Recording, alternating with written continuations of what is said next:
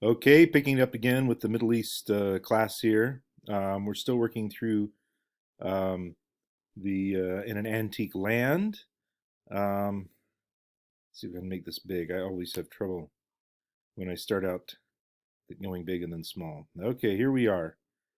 Um, so Ben Yiju, prior to 1135, he's born in Mahdia. We should get our maps up here. Tunisia.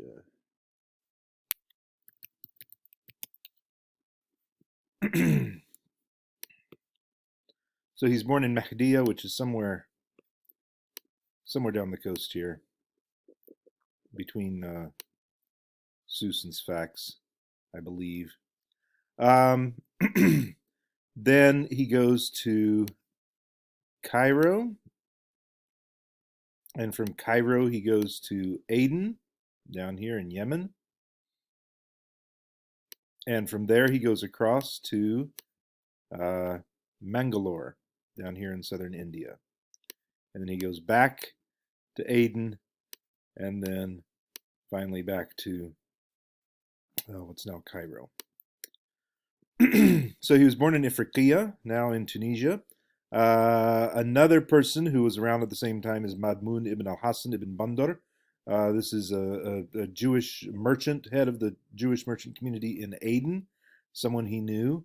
Um, Someone else that he uh, might have known is Abu Sa'id Halfan bin Nathaniel Halevi ad-Dimyati. Dimyati is from, um, a city up here, northern Egypt. One of these up here. Um, he's an Egyptian Jewish merchant who traveled frequently between Spain, Morocco, Egypt, East Africa, Syria, and India. Frequently. Why did Ben Yiju leave Aden? He stayed in Mangalore for 20 years without returning to Aden. So he starts out in Aden. That's where he makes his riches, and then he leaves and he hangs out in Mangalore for 20 years. Why? He had probably been accused of a crime. Perhaps he'd been implicated in a blood feud and was banished, or banished himself as a result. While he was in Mangalore, he marries Ashu, a Hindu woman whom he bought as a slave. He freed her, she converted to Judaism, and then Ben Yiju married her, and she bore him a son, Surur, as well as a daughter. But we'll learn about that later. So his wife is converted Hindu from Mangalore. Ghosh is in Mangalore in 1990 to do research about Bama. He's trying to figure out who this guy is. Um, Finally finds out that it was probably Berme that got corrupted in the Arabic and Hebrew. They both just write the vowels. They don't have the consonants in there. Um, so there's really, it's hard to figure out how to pronounce things if you don't know the word already. So it's probably Berme, a local Tulava god, which is a religion from that area of South India. The thing about Hinduism is that it is entirely decentralized in practice. Lots of different people all over the subcontinent doing their own thing, but there's this central sort of orthodoxy based on the Sanskrit, the holy scriptures. Um, and so there's a god in there, Brahma, which is a sort of a major avatar there. Um, Pardon me, I'm having a little bit of a sore throat here. Stay away. Stop breathing on the screen. Uh, um, so the recycling has to do with the Hindu nationalists getting the attention of the local religious leaders and sort of encouraging them, coercing them, convincing them to change their worship from Berme to Brahma. Babariya is another tool of a god. This is one based on an Arab Muslim fisherman. Even after a makeover inspired by these Hindu nationalists, Babariya is still recognizable as a Muslim. His various representations that they have in the temples and shrines to Babariya, you can still tell he's not a Hindu. So that's cool. He's always looking for these for ways that tradition kind of continues to persist despite modernity of um, fundamentalism and literalism and all that. Ben Yiju in Mangalore in the 1130s. This is when he went escaping from Aden. Slavery. Ben Yiju's slaves were much more like indentured servants who were apprenticed to learn from him, which explains why he would marry Ashu. Later on, I'll talk about slavery. Well, maybe we won't. We'll see how it goes. Slavery a bit more. But suffice it to say that in Islam, the slaves, it's really heavily regulated. There's a lot more complicated stuff going on. There is a lot of brutality. I don't want to say it's not a bad thing, but it is also very different from American chattel slavery. For example, the more educated the slave was, the more highly, if you could get your slave a college degree, he would be much more valuable. You could get a lot more money for him because you can put him to work maybe as an accountant, taking care of your books. And we'll see in here that Bama had a lot of Ben Yiju had a lot of faith in Bama and trusted him with a lot of money. So anyway, they're more like indentured servants who are apprenticed to learn from him, which explains why he could marry Ashu.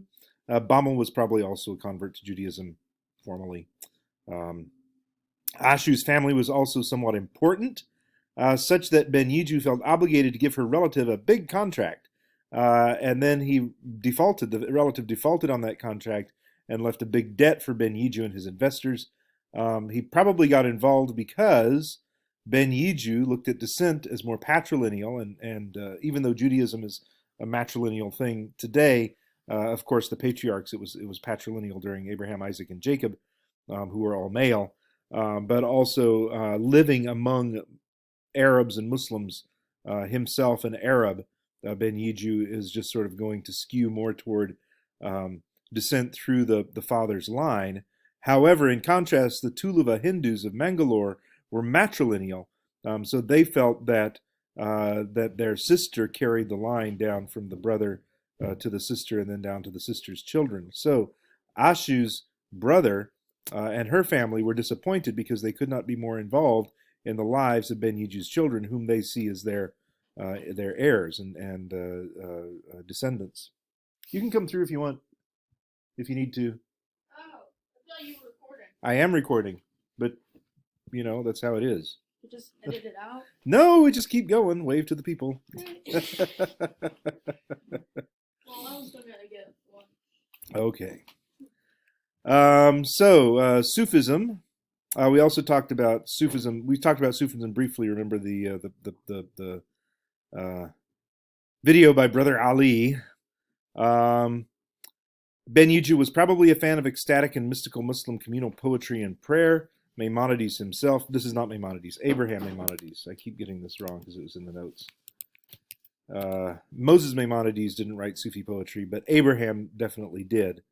So overall, Muslim Arabs, Ben Yiju probably identified more strongly with the local Muslim Arabs of Mangalore, the people who were foreigners with him, than he did with any local Indian Jews. Then there were plenty of them there, living in India, who were, people from Mangalore who were Jewish, who had come hundreds or thousands of years before, and he probably didn't feel very, very culturally connected to them. My example of this is my friend when I was in the Czech Republic, when I was in Morocco. We had a fellow student there who was American Jew. He was from New York, and he was wanting to get in touch with local people in Fez in Morocco who were Jewish. He wanted to hang out with them, and they have religious I don't know, there's a religious festival or something, religious feast or something like that he wanted to do, a Seder, Saturday, Friday night dinner or something, and so he got introduced to them. They were a very cute old couple, and were very nice to him, but they only spoke French and Arabic, and he only spoke a little bit of Arabic and English, so they really couldn't communicate, and the food was kind of weird, and it was just, it wasn't like what he was expecting. So you can see that in the same way that American Jews are more culturally American than really Jewish.